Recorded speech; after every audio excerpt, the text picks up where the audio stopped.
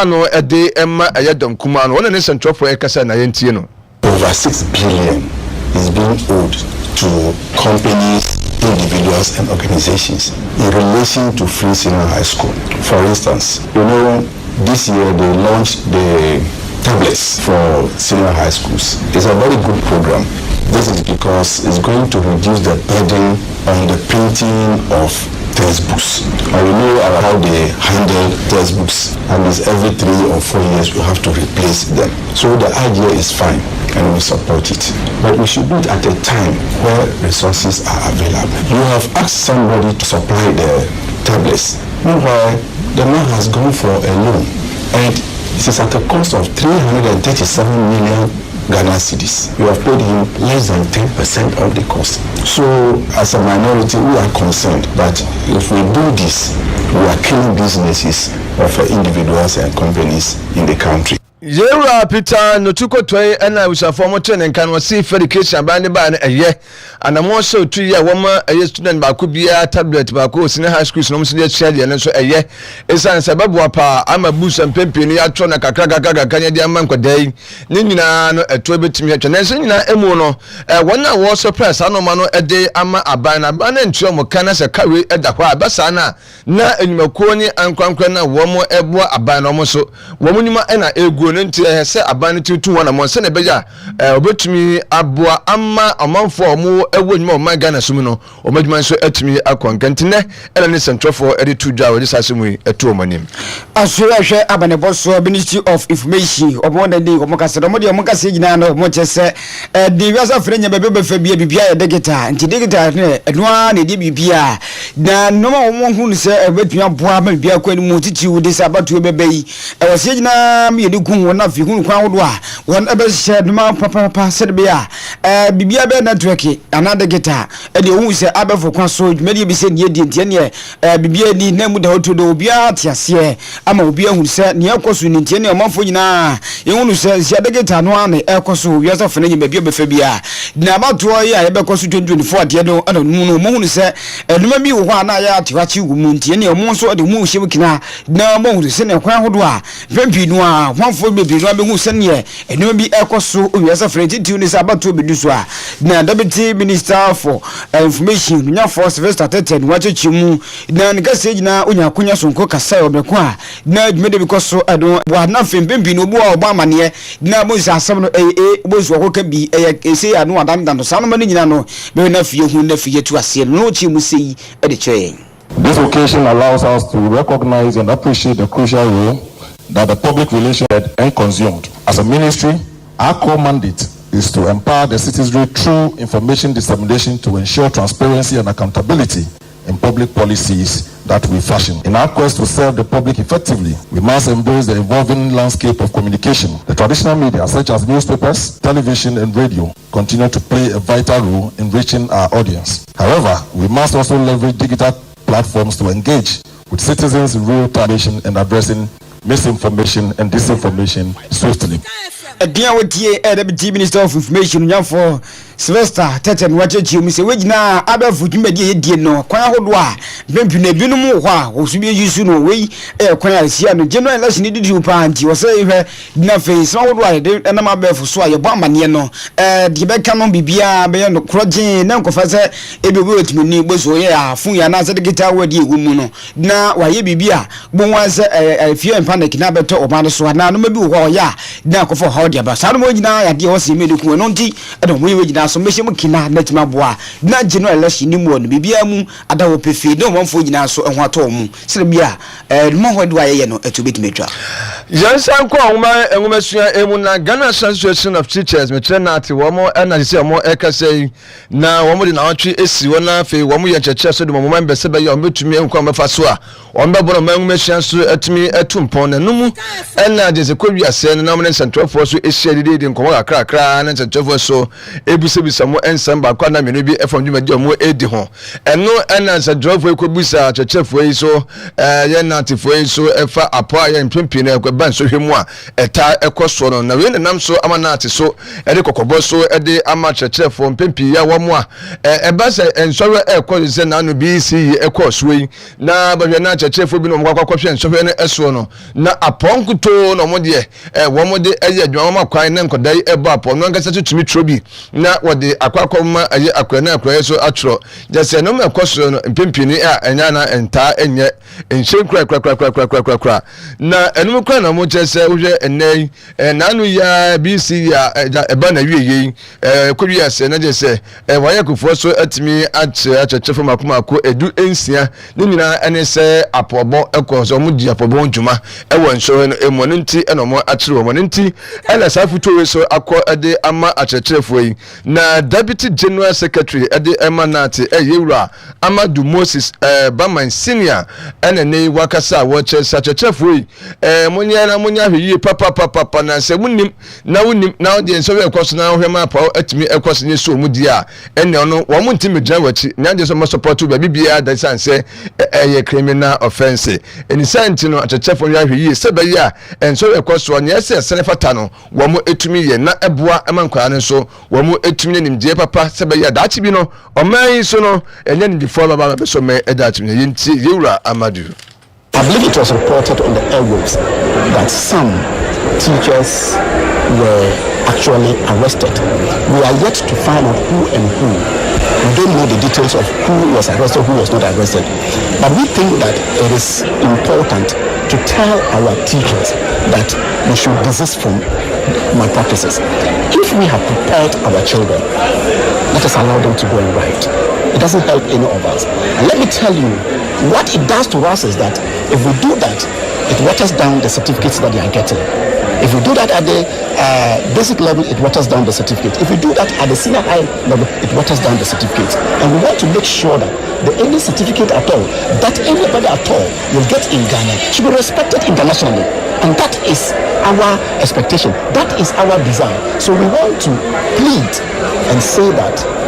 if there is any person, any thought, the way our teachers have prepared our children, they should allow them to go and write, so that we don't have the problem of exam malpractices, so that our certificates can be respected internationally.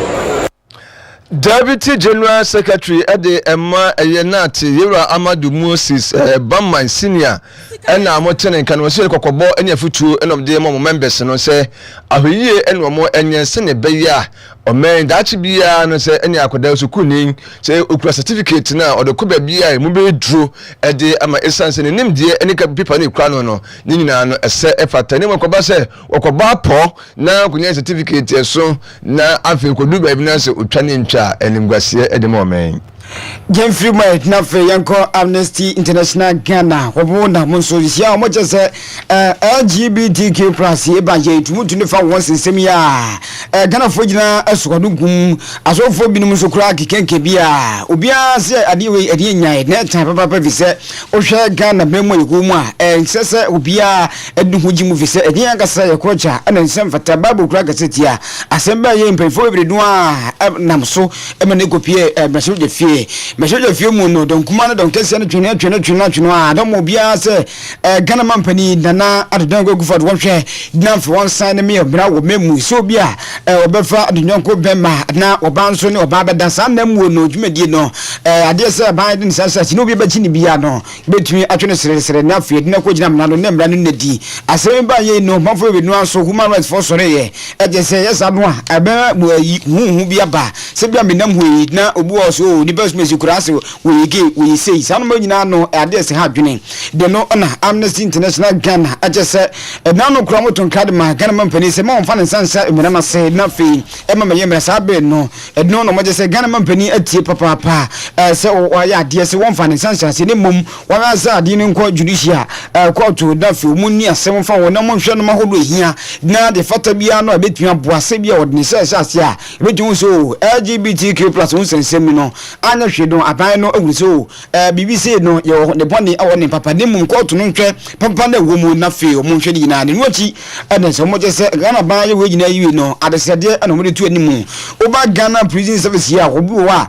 bone wedi na de be wo ye de tiam na bia ne na ko jam na no ne ko tum se kima aban no awo sika bi otwade ma wo mu enti se sika no otwade ma wo ma e bo ne die mu no 180 pesos sa 180 pesos yi ade hadwe papa na ama wo ne die mu no omo ha dwene se ne se wuntia enso wo mu enti kebe ya dan ka aban no empege mu enye no nko a ana fe kwan so bebi wo ha na bebi ne due fe mu no mo da nyina nso eho ayema ebi won so obunye bebi kwa ma da sa no nyina aban no hwe ama wo kire so yade bebiri no aso ebe wo nchen so kire so sa no a na wo ho achi wo mu enti ka aban no etimi bo wo sa kwan so nkebe bo papa de no na board chairman ma Amnesty International Ghana Ura Francis Nantechi wonu nya akunya so nkose we di aban hwe na fe epe kwa bia wetumi abomabo na so no mo wogina no ebetumi abo tichiu eni sika no eni se ne ombo peso owo ne de afimu. International opposes the bill. We think that the president shouldn't sign. We think that this is a bill that is going to retrogress our society. We should be forward thinking. We should be looking at topical human rights issues that is affecting the ordinary. We don't need to gag minorities. We don't need to fight a fight that is unwieldy. And so this bill is, for us, is not important. Thank the president for taking a very decisive step by redirecting the bill back to the court. We think that the law that is being made is irrelevant. It doesn't help. It makes us progressive. The biggest challenge in our prisons is that the prisons are overcrowded. So it's supposed to be a reformative environment. It should not be a punitive environment. I mean, it's inhumane to feed an adult, a human being, with 180 pesos a day. I don't think it's even enough to buy sachet water. And so we think that we are torturing the prisoners. That is not the purpose of prisons. Prisons is to reform, help them so that they can come back to our society as more responsible individuals. Kenya wutie board chairman ma Amnesty International Ghana Ura Francis Nantechi wachichi wisa banda uruma beja dan kasika no pejam 180 pesos die wo mu aduane die mu no ha hwe papa na feso de die feso ada omo abo peso sanu ma wogina ya de ye hawo edima wo mu an wo chesa ban adaruma ko mu wasa ne ndimu Yanko sabu froso emu na sante wode ba kwa basin so Ghana so ewiemu ene ese ade bia no ye fa road traffic regulations amendment na before person mo eyeda fi wo mo ede banti sa road traffic regulations mo eye 2012 no before so mo sa kire mo sanya ebe ye kwan bia so no ebe makwan na afi oman MPC no ana so mai mesujafo no mo nya kwan de sirens se bobo mo kesim enyenye se wo kwa adwuma na so na traffic case no anso ade sirens na guma betia ne ene pe net so nya kwan na okosa judge so na kwa adwuma na traffic case a na wono so ade agumu sa na okwa minister so na ekwa adwuma na se bia bi na okona traffic case so ade agumu sa na ekonya no abasa so ede ama wo mo eno na sa ba kire mu se samra no sa bakra na eno so no ene se emika na wotu no ene oni limit bia ne kwa kwesi a ene ne okwa mi na number se okum pieces ene obakwa ne sa se odura bia suku dan kra ewe nkoda twam ko bakra na nje so wotu ne bo hospital hwin akra bi ne bo na asemo esi na sa mra wesi a na no fia da ban kokotu efie ho na nkomo ehwe ni mu senka ye message afo ni betimi atance na for madwendwen na match for mabobo hu ya agi atumo no ela dankuma ne so na mo se lala demra we die ntimi mo mpe bebi fanto na ebe kra ewe mu kra no nya bra ss dwendwen sa mra we hu sanse ahoche o man Ghana so emu ya se de kwa na ekofo ni dollar no odi gina ho a na se na ni maguase a okom na eje manfo na ba ne hwe ho na asem na won kare nya se e wodi na ekọ emra so sei afi so mpanifo bebe na sori kasa ATI Ghana fo bi no so ene trans social media so e kasa ATI ya na no kra ya se nwa e speaker kwa ba tuda echire mu se ade no wono kra no nim wo hwio na wo mo ede aba na afi no are nkwati so aba ne se ene watwe sai wa withdraw ede afifie ho no manya de se mra kra no wo san ede ekwase bi a yenni hu nkomo na se ne bi sei da sasem we ene nam so amma former executive director at the Emma Save Jenny Foundation. Yura Patukwame Frempong, no kasa so, and a presiding member at the Emma Kumasi Metropolitan Assembly KME, and a watcher say, and Penny Point say, I'm a yen edition, and what if I say, one more essay, trim down at the F50 when I feel one more edge of commerce and was in a quaswan and a year into a bomb basopa, Ewesa and a mona woman 18 now, the interior million for Kwame Frempong.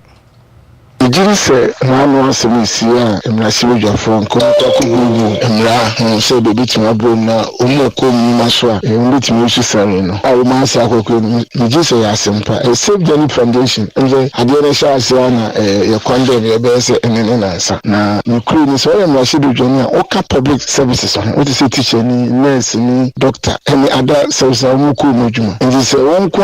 adwuma branda ko pin fiara na se won ko awo se wo se jise saying come on and wait to me akwa tell doctors is well requested nurses other officers who more juma emergency because doctors in the juma emergency and